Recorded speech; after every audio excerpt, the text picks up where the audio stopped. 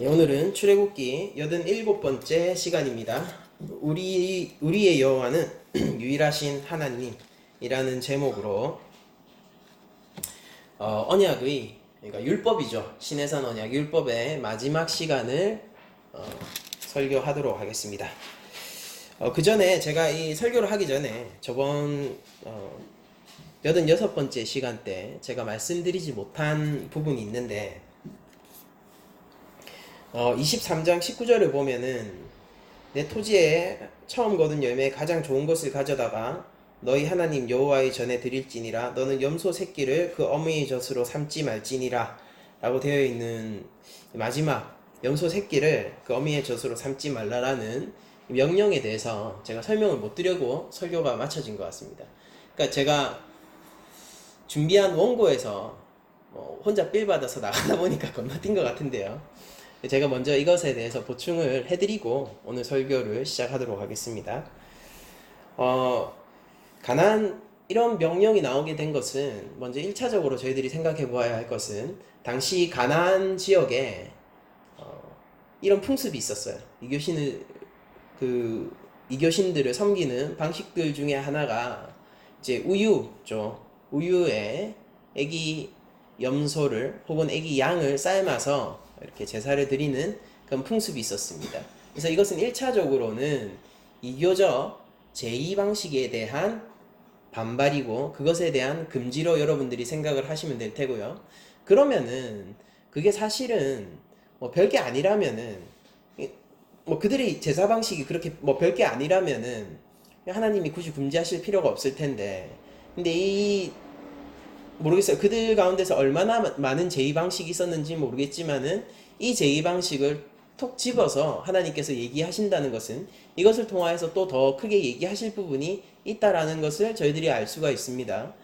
그러니까 저희가 율법을 통해서 나타나는, 그러니까 여러분들이 율법을 저랑 쭉 공부를 해보셨잖아요. 물론 신명기나 민수기의 이야기들까지 제가 다 다루지는 못했지만, 레위기나 신명기 얘기까지 다 다루지는 못했지만은 그래도 여러분들 출애굽기에 나와 있는 하나님의 어떤 율법에 대해서 저희들이 쭉 공부하면서 하나님 안에 속해 있는 생명과 그 진 밖에 있는 죽음의 이미지가 율법 가운데서 교차되어서 계속 나타나신다는 것을 여러분들이 아실 수가 있을 거예요. 그러니까 하나님이 생명을 생명으로 다루고 그리고 그것에는 죽음이 끼어들지 못하게 하는 것에 굉장히 큰 초점을 가지고 있고, 그건 하나님 나라의 특성이기도 합니다. 하나님 나라가 거룩하다라는 것은 거룩하지 않는 것들로부터의 구분이고요. 하나님 나라가 생명이라고 얘기하는 것들은 생명이 아닌 죽음으로부터의 구분이고 구별이거든요. 그러니까 여러분들, 구별된 백성이라는 것은 하나님의 전 안에 머물고 있는 백성이고, 그러니까 하나님의 성, 그 하나님의 나라에는 생명과 거룩과 충만함이 가득한 곳이 바로 하나님의 나라이고, 그것이 세상과 오늘날 교회의 구별점이기도 하죠. 단순히 옛 백성들에게 머물러 있는 것이 아니라 오늘날 우리 교회가 세상과 구별되어 있다. 그리고 우리 교회가 뭔가 차이점이 있다라고 얘기하는 것은 우리가 똑같은 인간들이지만은, 그러니까 단지 하나, 우리는 하나님의 나라 안에 머물러 있고 그것으로 인하여서 생명과 거룩과, 우리의 거룩은 아닙니다. 예수 그리스도의 거룩이시겠죠. 그러나 교회는 거룩해요. 예수 그리스도로 말미암아 생명과 거룩과 그 은혜가, 하나님의 은혜가 풍성하다는 지점에서 다른 것들은 뭐 다 똑같을 수 있지만은 그 지점에서 하나님의 나라인 교회와 이 세상의 아주 넘을 수 없는 벽입니다. 그것은 그 구별점이 생겨 있는 것이죠. 그래서 하나님은 이 생명의 공급과 죽음의 이미지를, 그러니까 그들이 실제 고대 근동에서 살고 있었어요. 그리고 어떤 행위들은 실제 생명을 상징하기도 했고, 실제 어떤 행위들은 그것이 죽지 않는다고 해도 죽음을 상징하고 있었고, 그들이 그렇게 받아들이고 있는 문화권에 있었다고. 거기서 생명의 행위와 죽음의 행위를 분리시키기를 원하셨어요. 문화적으로도. 그러니까 그들을 가르치시는 거죠. 그들 가르치시는 거예요. 그러니까 하나님의 나라에 어떻게 생명밖에 없는지를 가르치시기 위한 어떤 방편이겠죠. 그래서 근데 성경을 보면은요, 이 어미의 젖이라는 것은 생명의 공급원입니다. 생명의 공급원. 그러니까 생명의 공급원으로 마치 다른 생명이 죽을 것처럼 만들지 말라라는 거예요. 그러니까 이게 인도주의적 차원에서도 그렇죠. 그러니까 그 어미의 젖으로 새끼를 삼는다는 것은 그 어미의 젖으로 새끼를 삼는다는 것은 굉장히 뭐라고 해야 되지? 저희들이 생각할 때도 되게 잔혹한 일처럼 느껴지잖아요. 근데 단순히 그런 인도주의적인 관점에서도 그렇지만 그걸 넘어서서 하나님은 지금 여기에서 생명의 이미지와 죽음의 이미지를 혼합시키지 말라는 것입니다. 여기서 조금 더 나가서 제가 말씀드려 볼까요? 하나 예수 그리스도의 구원, 예수 그리스도의 십자가 대속의 놀라운 능력은 온전히 생명으로 넘치고 있죠. 온전히 생명으로 넘치고 있습니다. 근데 여기에 혹자들은 어느 몇몇 사람들은 여기에 죽음의 이미지를 자꾸 가지고 오려고 해요. 마치 어미의 젖으로 염소 새끼를 삼는 일을 계속하고 있어요. 이렇게 얘기하는 사람이죠. 네가 이제 하나님의 백성이 되었는데 네가 지금 이렇게 살면은 언제까지 하나님 백성일 수 있겠느냐라고 얘기하는 사람들이 있어요. 여러분들 그런 거 교회에서 많이 들어보셨죠? 네가 지금 구원을 향해서 나가기 위해서라면 네가 더 이상 이렇게 하면 안 되고 네가 결단을 해서 하나님 앞에서 선하고 바른 일을 해야 되지 않겠느냐라고 얘기하는 것들입니다. 이 말은 문맥과 상황에 따라서 맞는 말이 될 수도 있다라고 생각하지만은 그러나 제가 지금 지적하고 있는 것은 뭐냐면요. 하나님의 백성에게 그렇게 얘기하는 사람들이 있단 말이에요. 단적인 예로 아주 종말론적인 극단주의적인 종말론적인 신앙을 가지고 있으면서 예수 그리스도의 순결한 신부를 운운하며 정작 순결한 진짜 순결한 그리스도의 신부인 교회에게 그런 식의 협박을 하는 사람들이 있단 말이에요. 예비되어야 한다. 준비되어야 한다. 지금 네가 그렇게 있는 것은 합당하지 않다라는 식으로 그런 종말론적인 신앙을 퍼뜨리며 성도들을 협박하는 사람들이 있는데 그 사람들이 어떤 걸 하고 있냐면은 지금 어미의 젖으로 새끼 염소를 삶고 있는 혹은 새끼 양을 삶고 있는 역할을 하고 있는 겁니다. 여러분들 예수를 믿는다는 것이 무엇입니까? 예수 그리스도 안에 있다는 것이 무엇입니까? 여러분들 그것은 죽음에 대한 전면적인 부정이에요. 하나님 나라에 거룩하지 않은 것이 있을 수 있습니까? 저는 그것을 상상할 수 없어요. 하나님 나라에 죽음이 들어와 있다고요? 하나님이 생명이신데요? 그분이 생명의 공급자이시면서 그분 자체가 생명이신데요? 정말로 그럴 수 있을까요? 예수 그리스도의 십자가, 여러분들 예수님을 정말로 하나님의 아들이라고 여러분들이 고백하시면서 삼위일체, 우리가 삼위일체가 우리의 신앙이죠. 삼위일체 가운데 제2위 성자로서의 예수 그리스도를 여러분들이 고백하신다면요. 여러분들 그런 협박에 대해서 담대해지셔야 되고 여러분들도 그런 협박을 하지 않도록 주의하셔야 되고 그런 말들에 현혹되지 않도록 여러분들이 믿음의 중심을 단단히 세워야 합니다. 여러분들 여전히 믿음은 말입니다. 믿음은 우리 신앙의 핵심이에요. 그리고 그것은 생명을 가져다 주는 것이고 이 믿음에 우리에게 그리스도께로 향하게 할 그 어떤 요소가 있단 말입니까? 어떤 요소가 있는 거예요? 율법으로 승부를 보자면요. 오늘날 유대인들한테도 여러분들 못 이겨요. 오늘날 유대인들 주이시 있잖아요. 그 사람들한테도 우리 못 이긴다고요. 그 사람들은 아직도 우유나 버터 이런 것들과 고기를 함께 먹지 않습니다. 왜 그렇습니까? 이 구절이 있기 때문이에요. 그래서 독일인들이 나치즘 시대 때 유대인들을 박해했지 않습니까? 그때 구별하는 방법 중에 하나가 이거였어요. 우유와 혹은 버터와 고기를 함께 먹게 시키는 그런 방법. 근데 정말로 믿음이라는 절대적인 가치에서 여러분들이 벗어나서 신앙생활을 할 수 있다고 생각한다면은 정말로 큰 오산입니다. 하나님 절대 주권의 신앙과 예수 그리스도가 전부라고 얘기하는 이 신앙이 무슨 신앙인지 여러분들 잘 아셔야 돼요. 이 안에서 담대함을 가지십시오. 여러분들을 협박하는 그 어떤 것에도 흔들리지 마세요. 주님이 흔들리지 않으십니다. 여러분들도 평안하셔도 돼요. 그러면 주님이 세상을 이기셨습니다. 여러분들도 그럼 평안하셔도 돼요. 교회 안에서 그런 말들이 있는다는 것을 제가 잘 알아요. 그러나 진짜 교회는 그 안에서 우리 목자의 소리를 듣습니다. 다른 목자의 소리에 여러분들 귀를 기울이지 마십시오. 그러면은 이제 조금 서론이 길었지만은 이제 본격적으로 지난 설교에 이어서 오늘 이번 본문의 설교를 하려고 합니다. 제가 앞서 말씀드린 게 오늘 본문과도 상관없는 게 아니에요. 어쩌면 제가 지금 방금까지 얘기 드렸던 부분들이 오늘 본문에서 제가 말씀드리고자 하는 핵심 메시지이기도 합니다. 그러면은 제가 딱 먼저 문단을 구별하면서 저희들이 성경을 읽었잖아요. 성경을 읽었을 때 저희들이 교도를 할 때 굉장히 독특한 방식으로 문단을 구별해서 그 문단에 따라서 저희들이 교독을 했는데 다시 한번 정리를 해드리겠습니다. 먼저 20절에서 33절의 말씀을 크게 두 부분으로 잘라보면 이래요. 20절에서 26절과 27절에서 33절 이 두 부분으로 크게 한번 쪼개보자고요. 그러면 A라는 덩어리와 B라는 덩어리가 나오겠죠. 20절에서 26절 그리고 27절에서 33절. 자, 이것을 또 한번 반으로 각기 쪼개보기를 원합니다. 그러면은 이렇게 나와요. 20절에서 23절까지 말씀을 또 한 덩어리로 저희들이 1번 덩어리라고 부르죠. 1번 덩어리. 그리고 24에서 26절을 두 번째 2번 덩어리라고 부릅시다.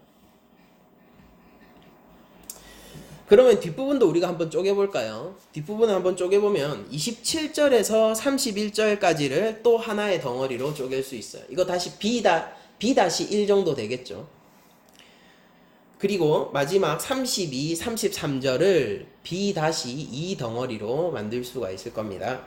그래서 이거를 제가 알기 쉽게 기호를 붙이자면은 A-1이 20에서 23절, A-2가 24절에서 26절, 그리고 B-1이 27절에서 31절, 그리고 B-2가 32절에서 33절 말씀까지가 오늘 제가 구별한 방식이에요. 제가 구별한 방식인데 여러분들이 아무튼 신뢰하고 문단 나누기를 이렇게 하셔도 좋을 것 같습니다. 그러니까 다른 학자들이 조금 다르게 문단을 나누실 수 있지만은 그러나 오늘 저는 제가 나눈 이 문단 나누기를 기준으로 설교를 하도록 하겠습니다.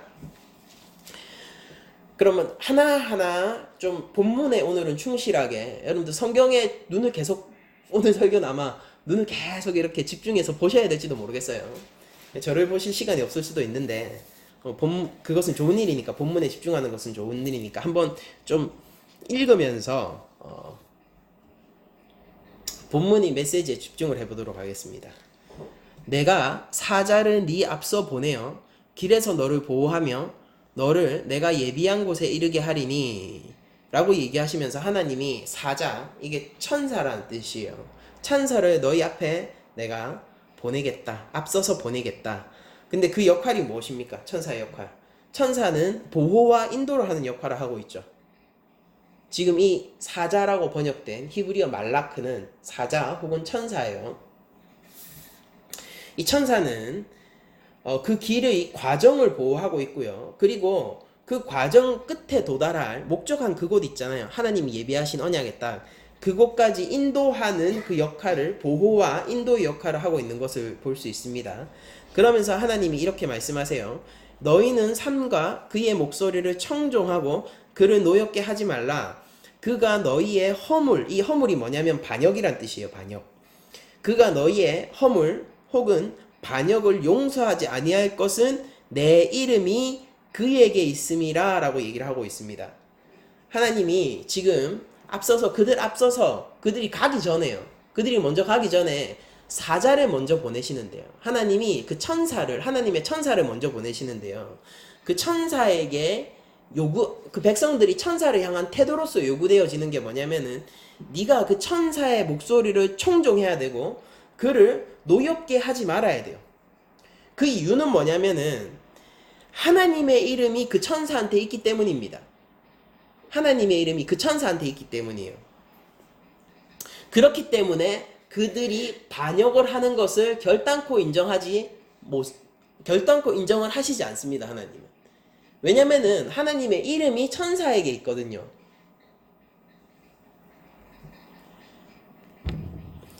그런데 여기에 그렇게 그들이 그 천사를 잘 따랐을 때, 그 사자를 잘 따랐을 때 약속되어지는 것들이 있어요. 혜택이 있다고요. 하나님은 복을 주시는 하나님이거든요. 무슨 복인지 한번 보자고요. 내 사자가 22절입니다. 내가 그의 목소리를 잘 청종하고 내 모든 말대로 행하면 내가 네 원수에게 원수가 되고 네 대적에게 대적이 될지라. 내 사자가 네 앞서가서 너를 아모리 사람과 헷 사람과 브리스 사람과 가나안 사람과 히위 사람과 여부스 사람에게로 인도하고 나는 그들을 끊으리니 라고 되어 있습니다. 자, 여기까지 저희가 한번 끊었었죠. A-1로. 그러면은 그 천사는, 그 사자는 어떻습니까? 굉장히 군사의 이미지예요. 싸우는 자죠. 그리고 승리하는 자입니다.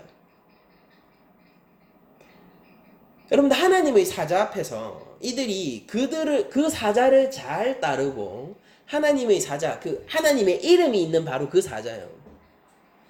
나를 인도하고 나를 보호하고 나를 목적한 하나님의 언약한 그곳까지 나를 데려가는 그 사자에게 잘 청종하고 그 모든 말대로 행하면은 나에게 약속되어 있는 것이 뭐냐면은 내가 그의 편이 되고 그가 나의 편이 되어서 내 모든 대적과 원수를 부서뜨려 주시는 것이죠. 그 사자가. 이 사자 하나님께서 지금 20절에서 20절에서 23절까지 하신 말씀이 그거잖아요. 그래서 지금 이미 살고 있는 하나님의 언약의 땅 안에 누가 있습니까? 깨끗해요? 황량해요? 아니죠. 이미 사람들이 살고 있다고요. 족속들이 살고 있다고요. 거기 살고 있는 아모리, 헷, 그리고 브리스, 가나안, 히위, 여부스 족속과 같은 이 사람들을 끊어버리고 그 땅을 주게 되겠다라고 얘기하는 거란 말입니다. 여러분들 한번 잘 생각해 보세요. 여기서 제가 한번 여러분들한테 이런 질문을 던져볼게요. 전쟁을 하기 위해서 일반적으로 준비하는 것이 무엇입니까? 지금 하나님이 약속하신 땅으로 이들이 가고 있는 게, 물론 이때는 40년 걸릴지 몰랐겠지만 어쨌든 간에 40년이 걸리든 100년이 걸리든 400년이 걸리든 이 옛 백성들은 말입니다. 그 약속의 땅으로 가는 길의 여정 위에 있고 그것은 멈출 생각이 없거든요. 그런데 거기에 가면은 필연적으로 그들과 전쟁이 벌어질 것을 이미 알고 있다고요. 그러면 여러분들, 전쟁을 준비하기 위해서 해야 되는 것은 무엇입니까? 군비를 비축해야 될 것이고, 그리고 조금 더 강한 무기를 획득해야 될 것이고, 장성한 청년들은 군사로서 훈련을 받아야 될 거란 말이에요. 그래서 하나님이라면은, 정말로 하나님이라면요, 그 능력의 하나님이라면 그런 것들을 공급해 줄 수 있어야 한단 말입니다. 일반적인 신관에서요. 고대 근동에서 일반적인 신관은 그렇거든요. 승리를 약속하는 그 신은요, 어떤 일들을 하느냐면, 여러분들 잘 들어보세요. 승리를 약속하는 신은요, 군사들이 용맹하게 만들어주고요. 신이 하는 역할이에요. 이게 만군의 여호와와 뭐가 틀린지를 여러분들 한번 점검해 보세요. 일반적으로 전쟁의 신은 군사들의 사기를 북돋아주고요. 그들을 용맹하게 하고요. 그들의 힘과 근육을 강철같이 되게 하는 보통 그런 역할들을 하게 된다고요. 그러면서 반대 적들, 대적 세력들은 약화시키고 그들의 사기를 꺾고 그들이 기운이 빠지도록 하는 신통수를 부리는 게 일반적으로 전쟁의 신이 하는 역할입니다. 그런데 여기에 나와 있는 마치 만군의 여호와처럼 보이는 군사로서의 하나님의 천사, 하나님의 사자는 무슨 일을 하냐면요, 자신이 직접 싸워요. 자신이 직접 싸운다고요. 그래서 일반적으로 전쟁의 신을 섬기는 다른 민족들과는 다른 규범이 이들한테 요구가 되는데, 그게 뭐냐면은요, 그 앞서서 내 앞에서 싸울 그 군사의 말을 잘 듣는 거예요. 전쟁은 내게 아니거든요. 다른 전쟁의 신은 너의 전쟁을 이길 수 있도록 너에게 힘을 부여하는 거잖아요. 그런데 지금 하나님이 보내신 천사의 힘은 무엇이냐면요, 자신이 직접 싸우고요, 자신이 직접 승리를 쟁취하시는 그 천사가 하나님이 보내신 천사입니다. 여호와 하나님이 싸움이 바로 이렇다고요. 너의 싸움이 아니라 싸움은 내 것이다라고 얘기하는 게 여호와 하나님이에요. 그래서 어떻게 해야 된다고요? 내 말을 잘 청종하고 그 하는 모든 말을 순종함으로 이행하라 라고 얘기를 한단 말입니다. 그림들을 한번 싹 그려보는 거예요. 자, 그러면은 우리가 조금 문단을 띄어나서요, B-1번을 한번 읽어보도록 할까요?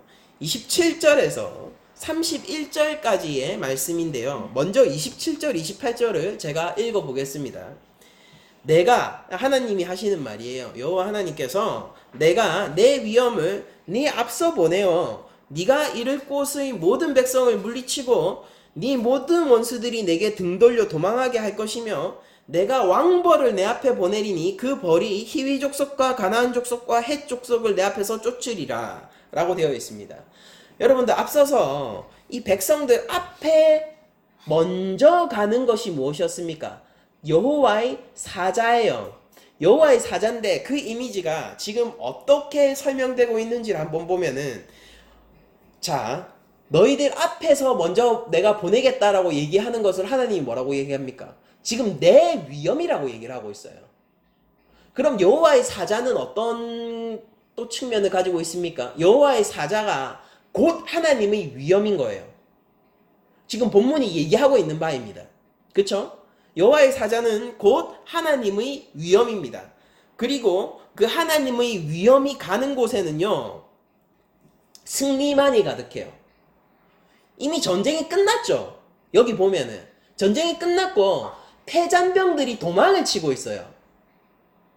이렇게 싸울 것이다가 아니라 하나님의 위엄이 가니까 어떻게 됐냐면은 전쟁이 그냥 끝났다고요. 패잔병밖에 안 나왔어요. 그러니까 여러분들, 전쟁의 신에서 클라이막스가 뭔지 아세요, 여러분들? 그러니까 보통 전쟁의 신, 서양이든 동양이든 상관없어요. 전쟁을 주관하는 신이 가지고 있는 가장 클라이막스는 뭐냐면요, 그 전쟁이 어떻게 싸웠는가가 굉장히 클라이막스고 그 전쟁의 신을 표현하는 꽃입니다. 그런데 하나님의 전쟁은 말입니다, 만군의 여호와의 전쟁은 어떤 식으로 표현됐냐면요, 위험이 가죠. 그럼 싸울 것이 없어요. 왜냐면 이미 승리했거든요. 압도적인, 여러분들, 여기서 압도적인 위험과 권세를 느낄 수 있어야 돼요. 싸우는 과정이 굳이 기술되지 않아요. 왜냐면은 가지 않습니까? 여호와의 위엄이 갔어요. 하나님의 사자가 갔어요. 끝났어요. 거기는 패잔병이 있습니다. 그러면서 또 뭐라고 기술이 되냐면요, 내가 왕벌을 네 앞에 보내겠다라고 28절에 얘기하면서 여호와의 사자, 하나님의 천사는 왕벌과 같은 자라서 이게 굉장히 강력함의 이미지예요. 여러분들, 이거 비유로 여러분들 생각하시면 되고, 굉장히 강력함의 이미지고, 그러니까 우리도 막 그런 얘기 하잖아요. 그러니까 벌이라는 것은 여전히 위협적인 이미지죠. 저희들에게도, 어느 날 우리들에게도. 왕벌, 여러분들 장수 말벌 막 이런 거 들어오지 않습니까? 방 안에.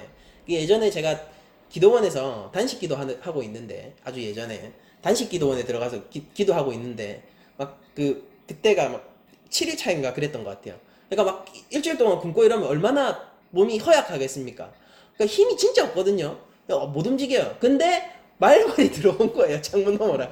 진짜 제가 너무 겁이 나는데 힘이 안 들어가서 이거를 때려서 죽여야 되는데, 나 너무 무서워가지고 방문 문을 닫고 밖에, 이거 그 숙소에서 나오면은 그때 마루처럼 이렇게 공용으로 쓰는 뭐 그런 공간이 있었어요. 이제 거기 나와가지고 1시간 있다가 다시 문을 열어보니까 그 안에 아직 안 나오고 있는 거예요. 그래서 야, 이걸 어떡하나 그렇게 곤란했던 적이 있는데, 그런 식으로 여러분들 오늘날도 벌의 이미지는 굉장히 강력한데, 여러분들 이 왕벌은요, 급하고 빠르고 굉장히 강력하고 위협적인 하나님의 심판의 그림을 지금 그리고 있는 것입니다.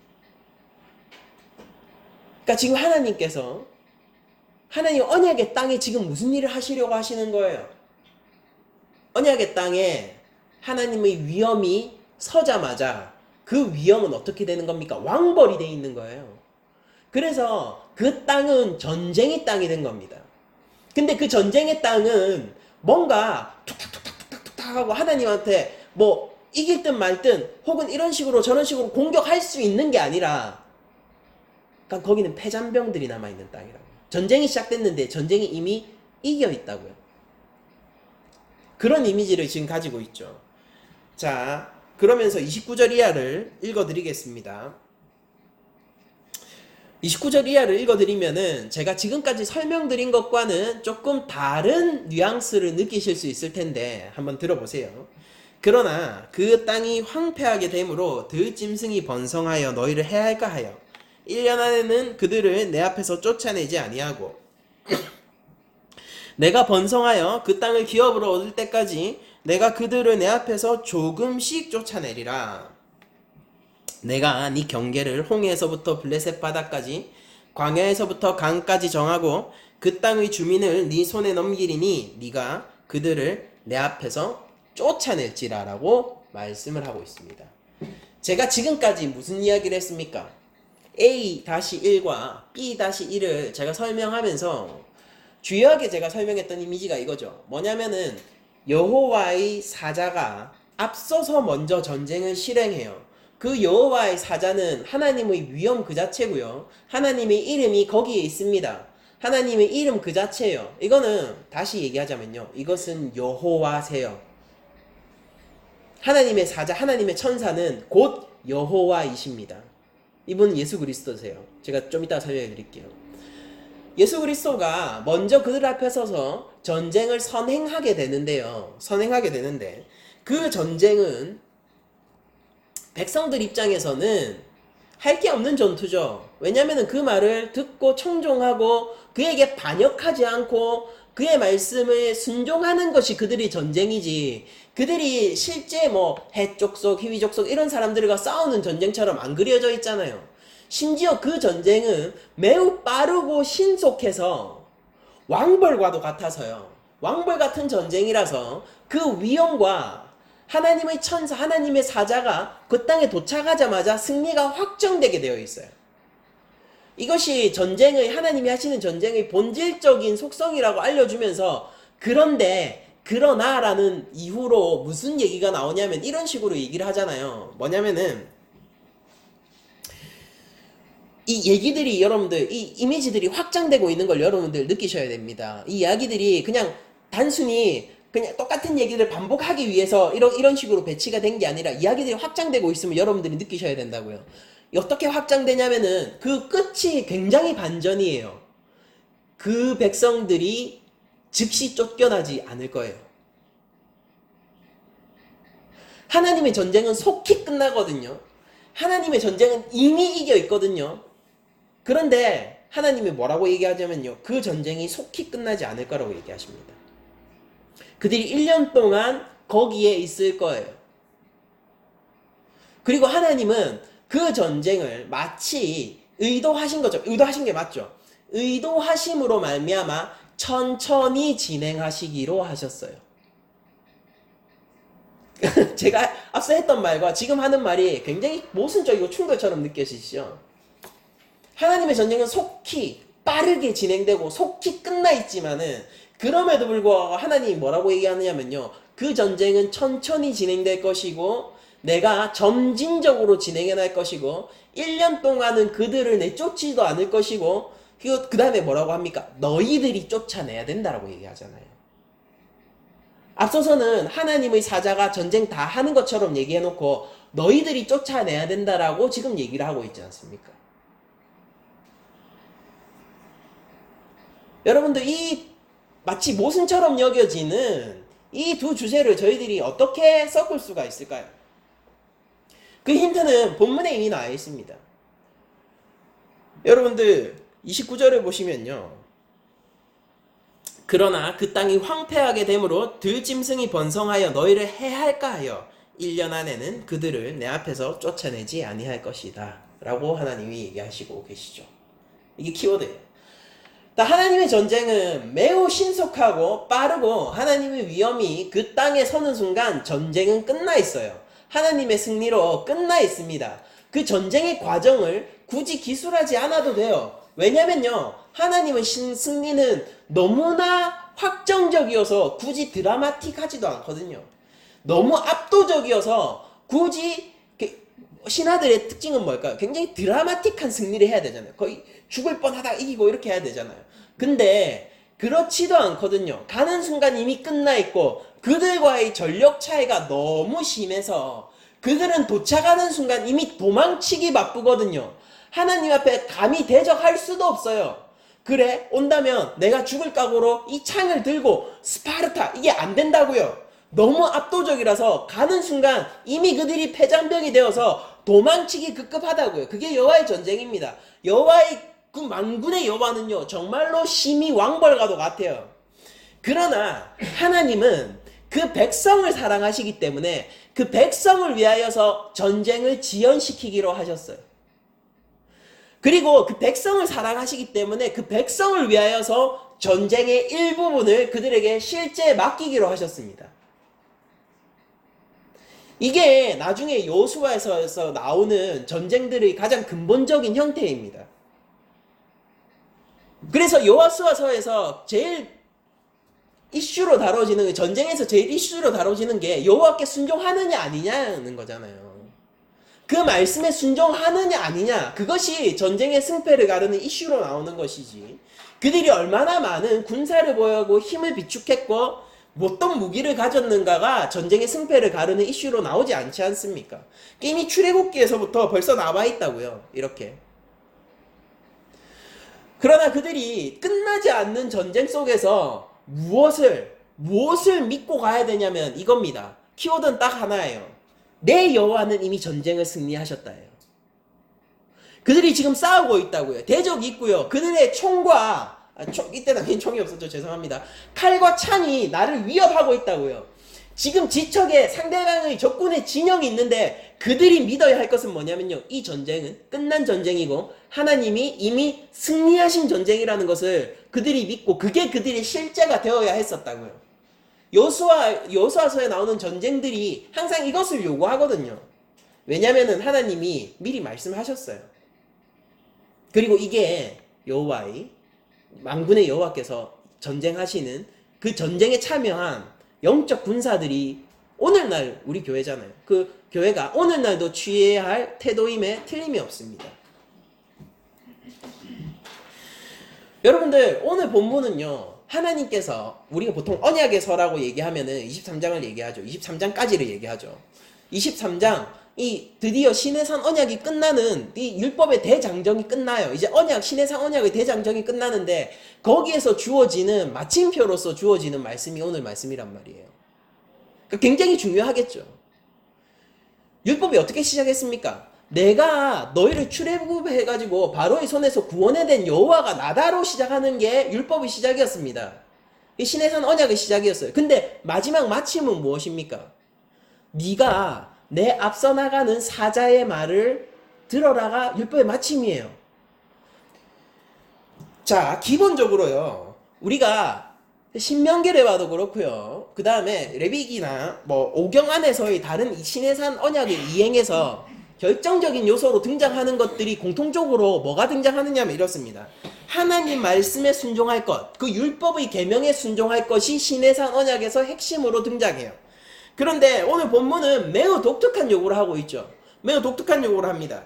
그것은 바로 백성들에게 그들보다 한 발 앞서서 나가고 있는 여호와의 사자, 즉 천사를 따를 것을 요구하고 있어요. 이게 핵심처럼 보여요. 맞죠? 여러분들 이게 핵심이에요. 이게 핵심인데 이 사자가 모세를 지칭하는 것은 아닌 것 같습니다. 현대 신학자 중에서 이 사자를 모세로 해석하는 사람들이 종종 있는데요. 근데 저는 그렇게 해석하는 걸 거부해요. 왜냐면은 이게 히브리어 원어로 말라크라는 단어인데요. 말라크라는 이 단어 자체가 인간을 지칭하는 용어로 쓰이지 않습니다. 안 쓰여요. 성경 내에서 그런 경향성이 없다고요. 그리고 출애굽기는 이미 이 사자가 무엇인지 오늘 본문에 처음 등장하는 게 아니에요. 심지어 이 사자는, 이 천사는, 이 말라크라는 이 단어는 처음 등장하는 게 아니라 출애굽기 내내 특정한 의도를 가지고 계속해서 쓰이고 있습니다. 출애굽기 3장 2절 여호와의 사자가 떨기나무 가운데로부터 나오는 불꽃 안에서 그에게 나타나시니라. 여러분들, 모세의 소명기사입니다. 모세가 누구 앞에서 결단을 받았고 누구 앞에서 사명을 받았습니까? 여호와 하나님에게 그 사명을 받았잖아요. 근데 그 사건의 시작에는 어떻게 그가 소명을 받는 그 첫 시작에는 그 떨기나무 불꽃 가운데서 여호와가 섰다라고 얘기하는 게 아니라 여호와의 사자로 표현을 하고 내내, 그 다음 내내 뭐로 표현하냐면 이가 곧 하나님이시다로 그려지고 있다고요. 여호와의 사자, 여호와의 천사는 날개 달리고 우리가 뭐 가브리엘, 미카엘, 여러분들 그거 성경에 어디서 나와요? 막 천사와 악마를 대립하는 막 이런 드라마나 영화 이런 것들 많잖아요. 그럼 제일 유명한 게 뭐 가브리엘, 미카엘, 뭐 대천사장 이런 거 있잖아요. 성경에 그게 어디 나와요? 근데 성경의 전통은 아니죠. 중세교회의 전통이잖아요. 그 속에서 만들어진 이야기들이지 않습니까? 근데 그거 어디서 나오냐고요. 단지 구약은 여호와의 사자를 여호와처럼 그려요. 경향성이 출애굽기에만 있는 게 아니라 창세기에서도 어떻습니까? 창세기에서도 아브라함이 새 손님을 맡게 되는데 내 주여라고 얘기하면서 그들을 여호와로 대접한단 말이에요. 우리가 어떻게 해석을 해야 돼요? 제가 모세 소명기사 때 제가 여호와의 사자를 설명해 드린 적이 있어요. 예수 그리스도는 성육신으로 영원히 몸을 입기 이전에도 이 땅 가운데서 강림하셔서 성육신 하셔서 그 마리아의 처녀 잉태는 영원 가운데서의 육신을 입으신 거고요. 예수님은 다시 새 몸을 벗지 않으세요. 근데 예수 그리스도가 새 몸을 벗지 않는 한 우리는 영원히 새 몸 가운데 있을 겁니다. 그것을 위하여서요. 섬김의 왕 예수 그리스도는 그러시고 계시다고요. 지금도요. 새 몸을 입고 계세요. 근데 그 이전에 구약에서도 이미 그들에게 직접적으로 성육신 하셔서 혹은 이런 떨기나무 가운데서 강림하시는 신현의 형태로 그들을 직접 다스렸다고요. 옛 백성의 왕이 예수 그리스도란 말입니다. 제가 지금 얘기하는 게 오늘날 교회의 왕이 예수 그리스도이시듯 옛 백성들이 왕이 예수 그리스도라고요. 여러분들 지난 설교 모세 소명기사와 관련된 설교들을 한번 들어보세요. 그러면 이 부분에 대해서 더 자세히 알 수 있습니다. 자, 그리고 출애굽기 14장 19절에서 이스라엘 진압해 가던, 여기서도 이스라엘 진압해 뭔가 가고 있어요. 오늘 본문에서 앞서서 뭘 보낸다고 했죠. 근데 여기서도 이스라엘 진압해 뭐가 가고 있어요. 그게 뭐냐면 하나님의 사자라고 표현합니다. 이스라엘 진압해 가던 하나님의 사자가 그들의 뒤로 옮겨가매. 그러니까 앞서 가던 여호와의 사자가 뒤에서 애국 군사가 쫓아오고 있는 그 시점에서요. 지금 앞에는 바다가 내 앞에서 놓여있고 뒤에는 나를 죽이려는 대적들이 그 당시에 가장 강한 애굽의 군사들이 전병력으로 나를 치러 오고 있는데 그때 내 앞에 가고 있던 여호와의 사자가 이 진영 밖으로 슥 뒤로 물러가는 거예요. 그러니까 무슨 일이 벌어졌냐면은 구름 기둥도 그 앞에서 뒤로 물러라고. 구름 기둥이 그래서 그 애국 군사 진영을 덮어가지고 그들이 이스라엘 진영이 어디 있는지 찾지 못하는 일이 벌어집니다. 왜 일어났습니까? 근데 우리가 보통 그냥 이미지로 많이 보니까 우리는 이집트의 왕자 이런 이미지로 쉽게 이런 이미지로 많이 보니까 구름 기둥이 뒤로 몰려가는 이미지를 가지는데 그게 왜 그렇게 됐냐면요. 구름 기둥, 불 기둥은 하나님의 신현의 형태잖아요. 그 자체가 하나님의 신현의 형태인데 근데 그거 하나님의 신현이 그냥 생긴 게 아니라 거기에 여호와의 사자가 있어요. 여호와의 사자가 뒤로 쓱 물러가니까 거기에 하나님의 신현인 구름 기둥이 함께 있는 겁니다. 그럼 이건 뭘 얘기하는 거예요? 여호와의 사자는 하나님의 현현 그 자체세요.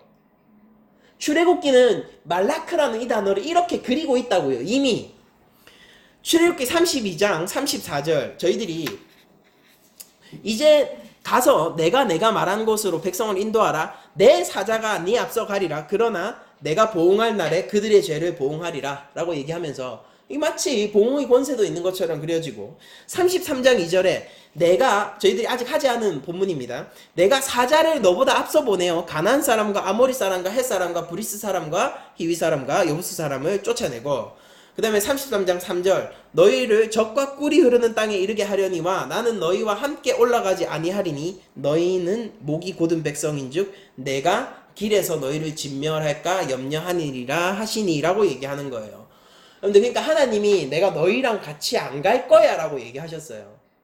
얘기 안 갈 거야. 그래서 이거 때문에 막 백성들이 슬퍼서 웁니다. 우는데 근데 하나님이 앞서서 뭐라고 얘기했냐면요. 그럼에도 불구하고 내가 너희를 약속의 땅으로 보낼 건데 그 일이 여러분들 그들 힘으로 할 수 없는 일이잖아요. 하나님이 함께 안 가시면은 일어날 수 없는 일이잖아요. 근데 하나님이 너희를 그럼에도 불구하고 나는 너희랑 같이 안 갈 건데 너희는 언약의 땅에 보내줄 거야. 보내줄 건데 누구를 통하여서? 너희는 목이 곧은 백성이라서 너무 죄가 많아서 너희는 거룩하지 않아서 내가 너희를 진멸할까 하는데 그런데 그들을 진멸치 않고 언약의 땅으로 이끄는 여호와의 사자가 있으므로 너희는 그 언약의 땅에 들어갈 수 있을 거야. 이렇게 얘기하시고 계시다고요. 다시 한번 읽어드릴게요. 내가 사자를 너보다 앞서 보내어 가나안 사람과 아모리 사람과 헷 사람과 브리스 사람과 히위 사람과 여부스 사람을 쫓아내고 내가 사자를 너보다 앞서 보내어 그들을 쫓아내고 너희를 적과 꿀이 흐르는 땅에 이르게 하려니와 이거 하나님 나라예요 여러분들. 그러면 이들이 하나님 나라에 들어갈 자격 정도가 있어야 될 거 아닙니까? 근데 뭐라고 얘기하냐면 나는 너희와 함께 올라가지 아니하리니 너희는 목이 곧은 백성인지 내가 길에서 너희를 진멸할까 염려하니니라 라고 하나님께서 말씀하시고 계시다고요. 여호와의 사자는 어떤 이미지로 그려집니까? 여호와의 천사 즉 말라크라는 단어는 어떻게 출애굽기 내내 그려지고 있냐고요. 이것은요 하나님의 신현 그 자체이시고요. 오늘 본문에서도 보듯이 여러분들 이게 하나님의 천사는 곧 하나님의 위엄과 근엄과 하나님의 권세이시고 만군의 여호와시고요. 이 자체가. 그리고 이 하나님의 이름이 여기에 있다고요. 이분은 하나님이세요. 이분은 우리 주 예수 그리스도이십니다. 옛 백성들과 함께한 예수 그리스도라고요. 이것이 율법의 정점이에요. 하나님이 지금 율법을 주시면서 그 마지막 대미를 장식하는 마지막으로 뭘 얘기하는 거예요? 내 계명을 지키라. 이 말이 사실은 뭐라는 겁니까? 내가 앞서 보내는 그 나의 아들 예수 그리스도의 말에 순종하고 그가 하라고 하는 모든 것을 순종해라가 율법의 대미를 장식하는 거랍니다. 율법이 어떻게 그리스도를 향한 초대장이 아닐 수가 있겠어요? 율법은 차가운 법이죠. 인격이 아니잖아요.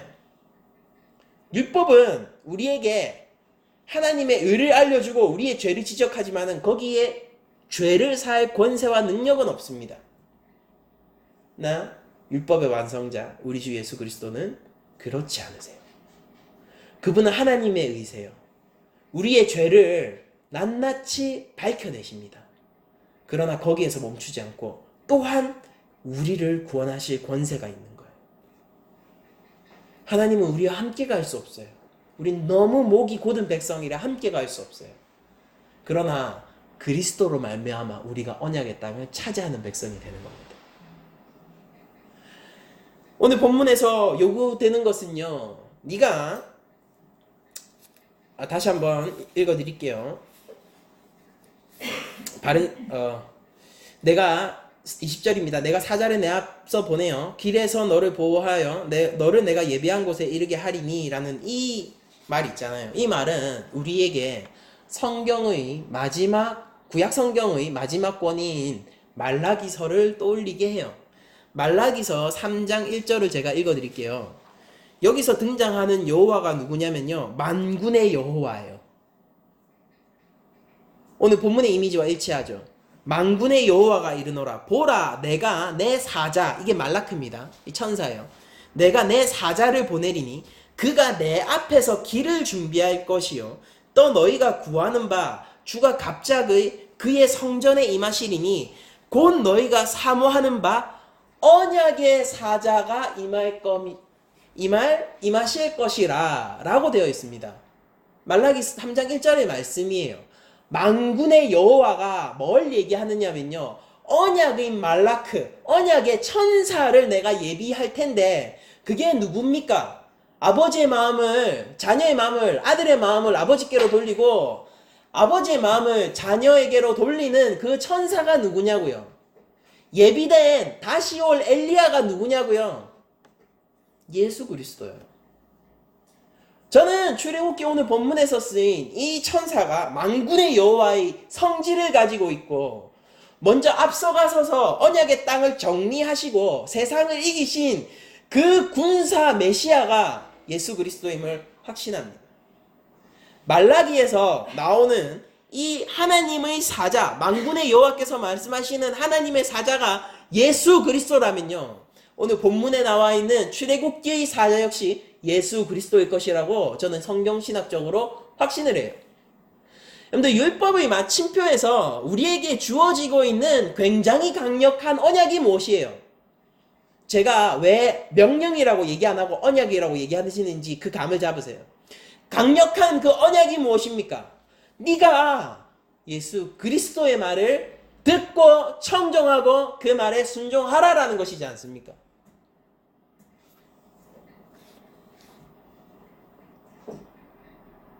율법을 따르고 율법을 지키는 것은 우리에게 늘 한계를 가져와요. 왜냐하면 우리의 힘과 능력으로는 그런 것들을 다 행할 수가 없기 때문이죠.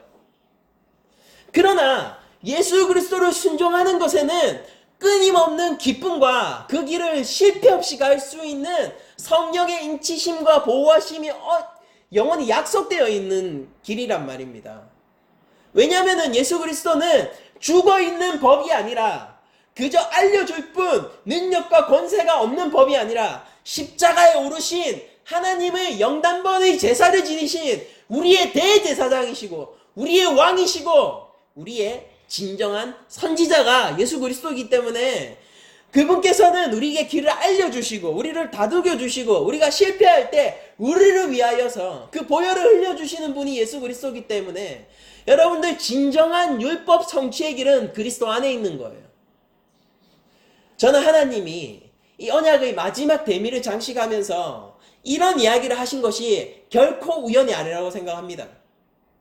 왜냐면은 오늘날 신학적으로 저희들이 얘기하고 있는 우리의 교리도 무엇이냐면은 율법은 그리스도 안에서 완성되는 것이기 때문이에요. 그리스도가 완성하셨고요. 하나님의 의의 길을 걷기 위해서는 그리스도 안에서 걷는 것 외에는 우리에게 어떠한 방법도 없다고 얘기하는 것이 우리 교리이기 때문입니다. 옛 백성들에게 주어진 법과 오늘날 우리 교회가 가지고 있는 법은 그다지 크게 다를 것도 없어요. 근데 무엇 때문에 갈립니까? 그들은 오실 메시아를 흐릿하게 볼 수밖에 없었던 시대적 한계 속에 서 있지만은 우리는 언약의 완결과 계시의 시대, 즉 교회 시대를 살고 있다라는 이 차이점이 있는 것이죠. 이 차이점 속에서 하나님은 공정하게 판단하시겠죠. 축복받은 세대인 여러분들에게 다시 한번 말씀드립니다. 율법은 말입니다, 철저하게 우리를 그리스도에게로 초대하는 초청장이에요. 여러분들이 율법적인 삶이 아니라요, 그건 종교적인 삶이에요. 율법적인 삶이 아니라 율법의 삶을 살기 위해서라면요, 믿음 안에서 담대하시고 예수 그리스도 안에서 이 법을 붙드십시오. 그러면은 우리 중생한 성도들의, 여러분들 다시 태어나신 거 맞죠? 그리스도 안에서 여러분들 구원이 있으시죠? 여러분들 중생한 성도들의 삶의 빛이 되는 게 맞다고요. 율법이 하기 기능하기에 모자람이 없지 않습니까? 오랫동안 저랑 율법을 봐오셨잖아요. 어때요? 이전과 조금 여러분들이 율법을 대하는 눈길들이 달라지셨으면 좋겠어요. 시편 저자가 하나님의 율법이 어찌 이렇게 사랑스러운지라고 얘기하는 그 고백에 여러분들이 동참하실 수 있었으면 좋겠다고요. 시편 저자가 그렇게 얘기하니까 나도 그런 마음을 가져야지가 아니라 그게 공감이 됐으면 좋겠다고. 이제 여러분들이, 제가 이거 끝나면은 율법 설교를 더 이상 못해요. 못했는데 제가 율법 내내 이 율법을 보면 볼수록 설교를 준비하면 할수록 계속해서 그리스도의 은혜 가운데서 이런 것들을 느끼면 느낄수록 제가 자꾸 후회되는 게 있어서 그러는 거예요, 제가. 율법을 왜 조금 더 그리스도 중심적으로 설명하지 못했나? 내가 이것을 어떻게 복음으로 어떻게 잘 녹여내지 그게 회한이 좀 쌓여 있습니다. 이게 끝인데 여러분들 정말로 확실하게 얘기하고 싶어요. 율법을 정말로 제대로 아셔야 돼요. 율법적 성도가 되시는 게 아니라 하나님의 백성은요, 하나님의 의를 사모하는데 그게 적혀 있잖아요, 성경에. 우리는 단지 이것을 글자 그대로, 그러니까 제가 생각도 잘 안 나네요. 이거를 그냥 문자적으로만 그냥 받아들이는 게 아니라 율법에 나타나신, 율법을 주신 하나님의 정신으로서 저희들이 율법을 해석할 수 있다면은, 제가 끊임없이 율법을 통해서 하려고 했던 게 그거잖아요. 이걸 통해서 그 당시 속에서 드러난 하나님의 성품, 그분의 이 율법을 주신 독특한, 이게 정치 철학과도 같은 하나님의 의, 그것을 여러분들이 보실 수 있다면요, 그 메시지는 오늘날 교회에게도 달려옵니다. 달려와요.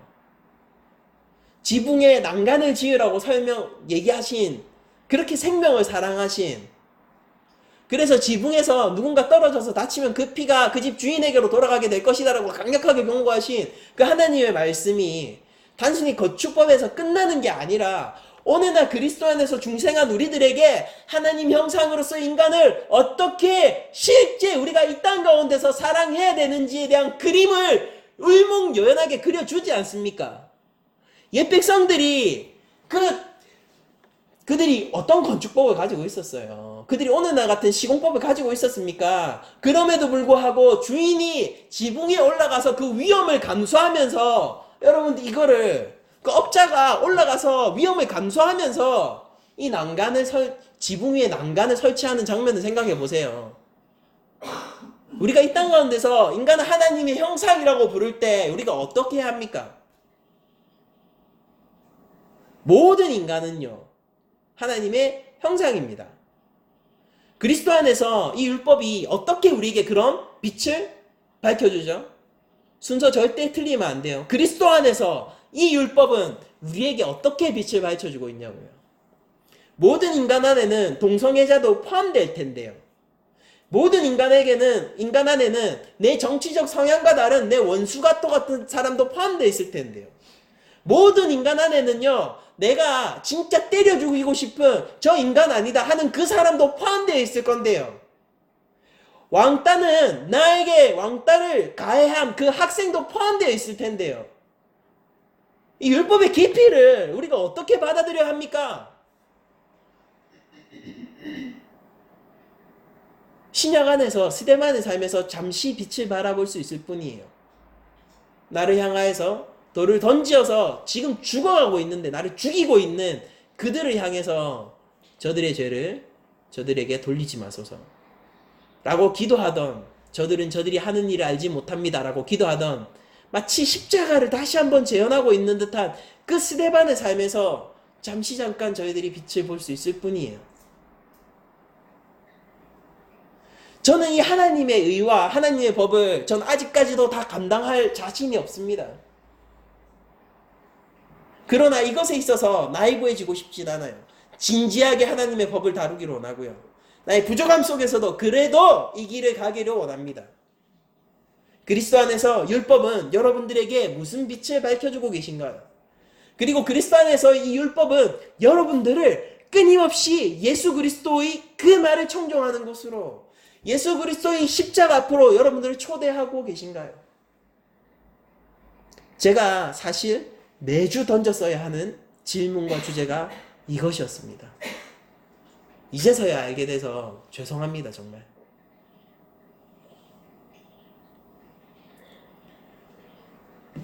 요한복음은 이렇게 저희들에게 말씀을 하고 있습니다. 요한복음 5장 24절입니다. 내가 진실로 너희에게 이르노니 내 말을 듣고, 그러니까 지금 예수님이 내 말을 들으래요. 내 말을 듣고 또 나를 보내신 이를 믿는 자, 보냄을 받았대요. 예수님이 누구한테? 성부로부터 보냄을 받았대요. 지금 출애굽기에 나와 있는 사자와 동일한 성질을 가지고 계십니까? 우리의 구주 예수 그리스도는. 나를 보내신 이를 믿는 자는 영생을 얻었고, 이게 하나님 나라입니다. 여기 죽음의 이미지요? 없어요. 영생을 얻었고 심판에 이르지 아니하나니 사망에서 생명으로 옮겼느니라. 진짜 할렐루야입니다, 여러분들. 율법이 가르치는 게 이거라고요. 옛 백성들이 무엇을 배웠냐고요? 옛 백성들이 어떻게 구원받았냐고요? 묻지 마세요. 믿음으로 구원받았고 예수 그리스도의 보혈로 구원받았습니다. 옛 백성들이 어떻게 언약의 백성이냐고요? 그들이 율법을 따르면서 살았는데 어떻게 언약의 백성이었냐고요? 묻지 마세요, 여러분들. 구원자 하나님께서 그들에게 예수 그리스도를 보내셨어요. 그들은 예수 그리스도를 붙들었고요. 율법을 통하여서 말입니다. 오늘 날도 동일해요. 예수 그리스도를 붙들었고 그들의 삶의 기반은 여호와의 사자 위에 있었습니다. 모세가 누구로부터 보냄을 받았냐고요? 묻지 마세요. 떨기나무 가운데서 나타난 그 여호와의 사자로부터, 즉 여호와 하나님으로부터 보냄을 받았습니다. 그들이 어떻게 보호하고 지켜졌냐고요? 묻지 마세요, 여러분들. 구름 기둥 불 기둥으로 그들을 안위하고 하늘에서 만나를 내려주시는 그 예수 그리스도의 손길로 그들은 보호받았고 언약의 땅까지 인도함을 받았고 마침내 언약의 땅을 차지합니다. 하나님 나라의 백성이신 여러분들, 여호와의 전쟁이 어떻냐고요? 여호와의 전쟁이 어떻냐고요? 속히 끝나요. 여호와의 그 위험이 무엇이냐고요? 왕벌과도 같아요. 피할 수 없습니다. 이미 도망치기 바빠요. 누가 여호와 하나님의 심판 그 권세 앞에서 칼을 함부로 들 수 있습니까? 그들은 스스로 칼과 창을 땅에 떨구어 버릴 것입니다. 두려워서 벌벌 떨 것입니다. 그들의 투구는 그들의 머리를 지켜주지 못할 거고 그들이 어떤 갑옷을 입고 있다고 하더라도 그들의 갑옷은 그들의 안전을 보장하지 못할 거예요. 여호와 하나님 만군의 여호와의 권세 앞에서는 말입니다. 그러나 여러분들 찬양하십시오. 우리는 예수 그리스도 안에 있는 우리들은요, 그 권세로 말미암아 하나님의 나라를 상속받게 되고 그것은 속히 이루어졌다고요. 이 땅 가운데서 하나님의 나라를 쟁취해야 할 것처럼 살아가시는 여러분들, 이 땅 가운데서 구원을 잃지 않아야 할 것처럼 전투하시면서 살아가야 되신 여러분들, 이 땅 가운데서 내 앞에서 창, 칼이 있고 내 앞에 이미 적군의 진영이 있는 이 상황 속에서 살아가야 되는 모든 교회를 저는 축복하기로 합니다. 여러분들 이겼습니다.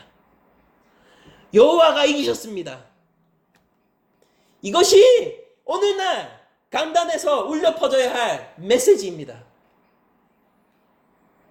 기독교는 나날이 새가 줄어들고 있는 것처럼 보이고 교회를 향한 세상의 시선들은 따갑게 그지없고 예수를 잘 믿으면서 살기는 더욱더 힘든 시대가 되어가고 있습니다. 그러나 여러분들 찬양하십시오. 그 사실로 말미암아 여러분들 찬양하십시오. 여호와가 이기셨습니다. 우리 예수 그리스도가 이미 이기셨습니다. 승리는 교회가 이미 가지고 있습니다. 그러므로 여러분들 삶 속에서 승리를 위하여서 달려나가십시오.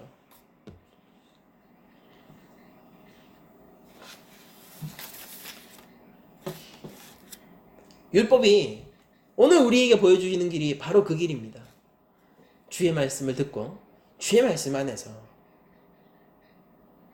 그 말씀에 순종함을 기뻐하시는 여러분들이 되시기를 정말로 축복드리고, 여러분들이 예수 그리스도로 말미암아 그 십자가에 내가 함께 죽는 것으로 말미암아 내 삶에 축복이 임한다는 것을 알고 그리스도만으로 살아가는 것이야말로 내 삶에서 쟁취할 수 있는 가장 근원적이고 아름다운 것이라는 것을 여러분들이 알아. 끊임없이 십자가를 사모하는 삶을 살 수 있기를, 그렇게 하나님 나라의 백성이 되기를 정말 간절한 마음으로 축복드리고 또한 권면드리고 부탁드립니다. 오늘 본문이 아직 다 안 끝났죠? 본문을 계속 한번 보도록 하죠. 그럼 제가 A-2 그리고 B-1을 비교해가며 A-1에서 나왔던 그림이 B-2에서 어떤 식으로 또 바뀌어가는지를 한번 보도록 하죠. 출애굽기 23장 24절입니다. 너는 그들의 신을 경배하지 말며 섬기지 말며 그들의 행위를 본받지 말고 그것들을 다 깨뜨리며 그들의 주상을 부수고 내 하나님 여호와를 섬기라. 그리하면 여호와가 너희의 양식과 물에 복을 내리고 너희 중에서 병을 제하리니 내 나라에 낙태하는 자가 없고 임신하지 못하는 자가 없을 것이라. 내가 너의 날수를 채우리라.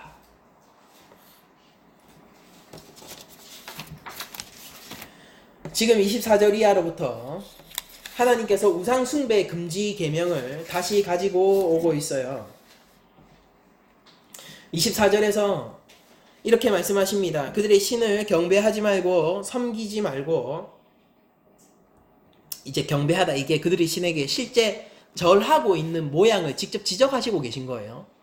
그러니까 이게 이런 식으로도 해석 가능합니다. 직역에 더 가까운 것은 그들 신에게 절하지 말고가 더 직역에 가까운 형태인데, 그들의 신에게 경배하지 말고 절하지 말고, 그러니까 그 단순히 마음적인 것을 얘기하는 게 아니라 진짜 그들이 우상에게 굴복해서 절하고 있는 그 모양을 진짜 그리고 있는 거예요. 지금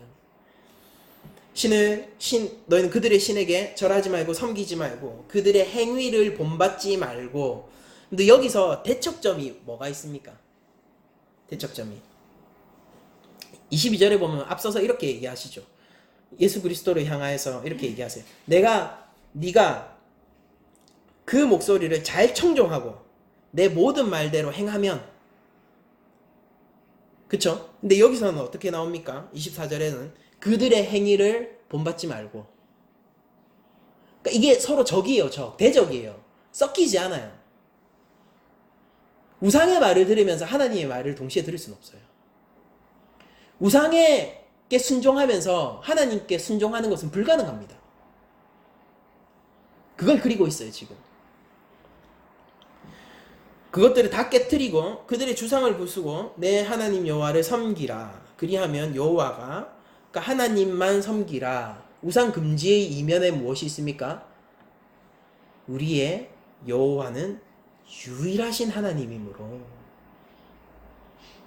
유일하신 하나님을 인정해라. 그러면 어떻게 되는 겁니까? 여호와께서 하나님 나라에서 주실 수 있는 모든 복을 주시죠. 자, 그러면서 조금 우리가 점프를 해서 B-2번을 한번 읽어보도록 하겠습니다. 23장 32절. 그러면서 이 그림이 이렇게 반복이 돼요. 너는 그들과 그들의 신들과 언약하지 말라.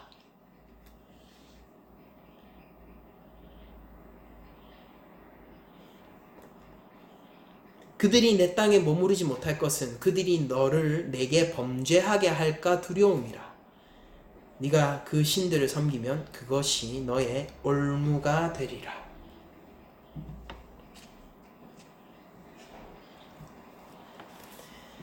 근데 여호와 하나님은, 옛 백성들이 섬기고 있는 여호와 하나님은요, 유일하신 하나님이세요.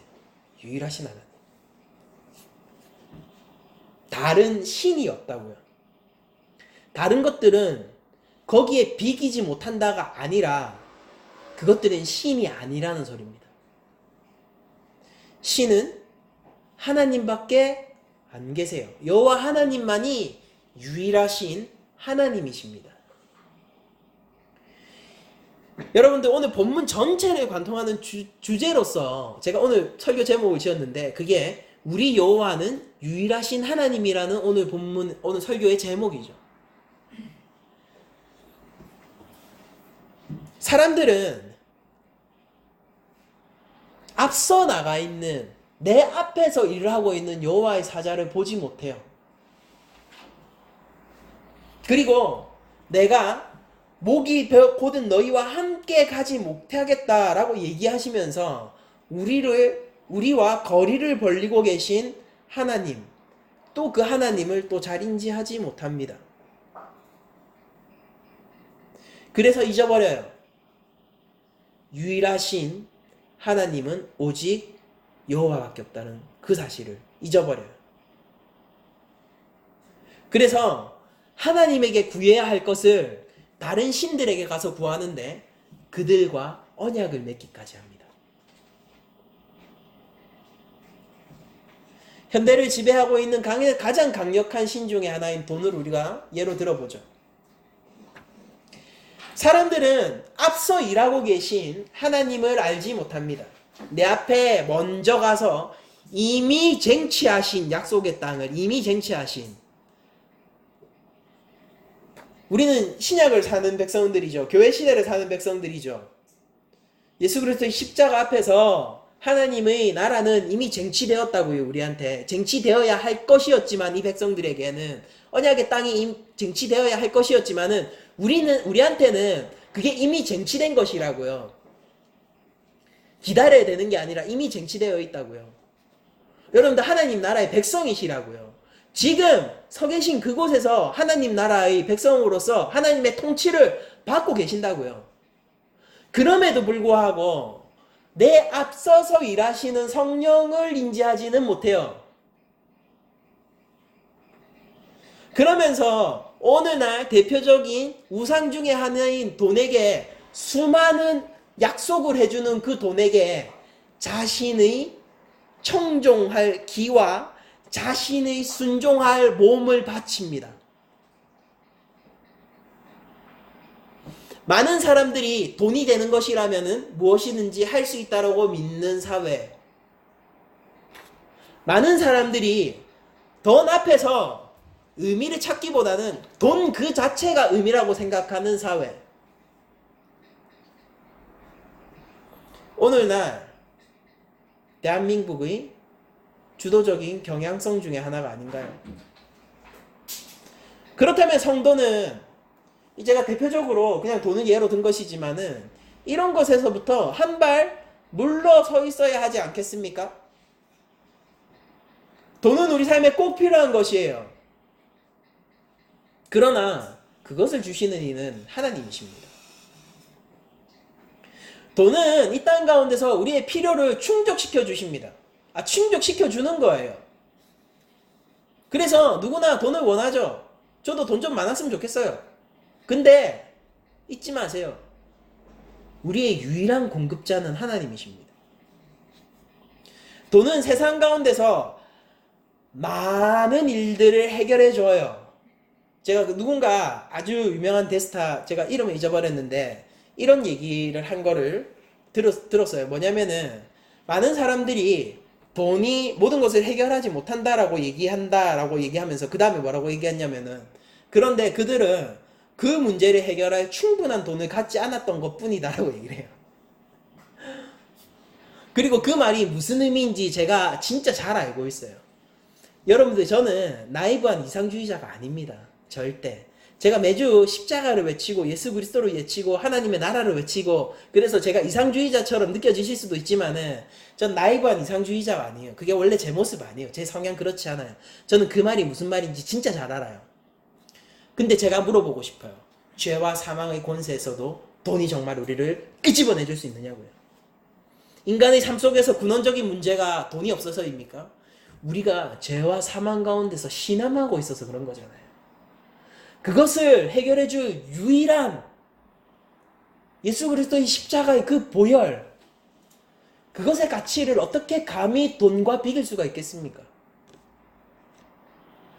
다 쓰지도 못할 거 모아놓고 뭐 하겠어요.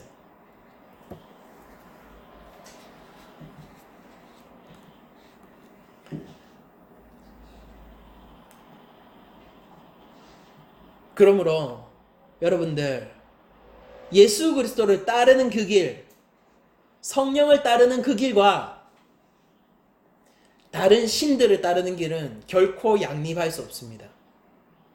그것은 정반대의 길일 뿐만 아니라 그것은 하나님 앞에서 선한 길과 하나님께 죄를 짓는 두 길 중에 하나입니다. 율법은 이제 마지막으로 우리에게 이런 요구를 하고 있습니다. 하나님의 백성, 교회 여러분들 들으시기를 원합니다. 하나님은 우리에게 너희가 예수 그리스도의 말을 청종하라. 그리고 주의 제자가 되어 믿음의 좁은 길을 걸으라. 그렇지 않다면은 너는 다른 신과 언약을 한 것이고 내 앞에서 죄를 짓고 있는 것이다. 율법을 받은 자에게는 두려울 거예요. 율법을 행할 능력이 없을 테니까요. 그러나 하나님의 의 그 자체이시고 율법의 완성자이시고 우리의 대제사장이자 우리의 제물이시고 우리의 왕이시고 우리의 참 선지자이신 예수 그리스도를 따르는 여러분들에게는 이 소식이 결코 무거운 멍해가 되지 않고 그리스도와 함께 지는 가벼운 명예가 될 거라고 저는 확신합니다. 여러분들 이 시간 삶의 길을 정하십시오. 한 주간 아니에요. 삶의 길을 정하시고 여러분들의 삶의 정향성을 정하십시오. 이 순간 여러분들이 성령의 인도함을 받아 결단하실 수 있으면 좋겠어요. 율법은 이제 맞춰질 거예요. 모르겠어요. 언제 제가 다시 율법을 설교할 수 있을지 모르겠어요. 그러나 여러분들 이 율법의 요구가 이것입니다. 여러분들 하나님의 말씀을 들으십시오. 예수 그리스도만이 여러분들의 유일한 길이시고 그분 외에 우리 앞서서 하나님의 나라를 이루고 하신 분이 없으시고 여러분들의 삶을 개척해 나가는데 예수 그리스도 외에 여러분들의 삶을 앞서서 개척해 그 대적들을 쫓아내는 그런 권세와 능력을 가지신 분은 그 누구도 없을 겁니다. 옛 백성들이 실패한 이유는 이거예요. 하나님을 보지 못해서 그들이 다른 신들을 바알, 아세라 이런 신들을 섬겼다. 그들은 하나님 앞에 죄를 지은 거예요. 심지어 바알을 섬기고 아세라를 섬기면서도 하나님 앞에서 감히 제사를 드리고 있었다고요. 그러면서 그들이 얘기했다고 하나님 우리가 언제 의무를 다하지 않은 적이 있습니까? 이러고 있었다고요. 저희들이 절기를 어겼습니까? 아니면 저희들이 번제를 드리지 않은 적이 있나요? 아니면 저희가 율법을 따라서 다른 사람을 보상하지 않은 적이 있나요? 우리한테 왜 이러시는 거예요? 하나님이 얘기하실 거예요. 너희는 나한테 왜 이러느냐? 믿음의 법, 율법, 바로 이 믿음의 법. 다시 한번 말씀드립니다. 율법, 바로 이 믿음의 법. 이 법을 따라 사십시오. 그리스도 안에서 하시고 하나님의 말씀을 청종하시고 오로지 유일한 길이요 진리요 생명 대신 예수 그리스도를 따라서 여러분들의 삶 전체를 이동시키십시오. 그렇지 않은 모든 길은 다른 신들과 언약한 길입니다.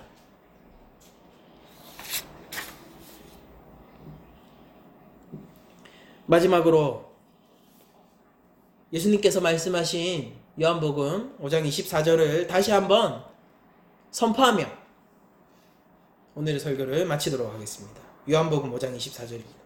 내가 진실로 진실로 너희에게 이르노니 내 말을 듣고 또 나를 보내신 이를 믿는 자는 영생을 얻었고 심판에 이르지 아니하나니 사망에서 생명으로 옮겼느니라.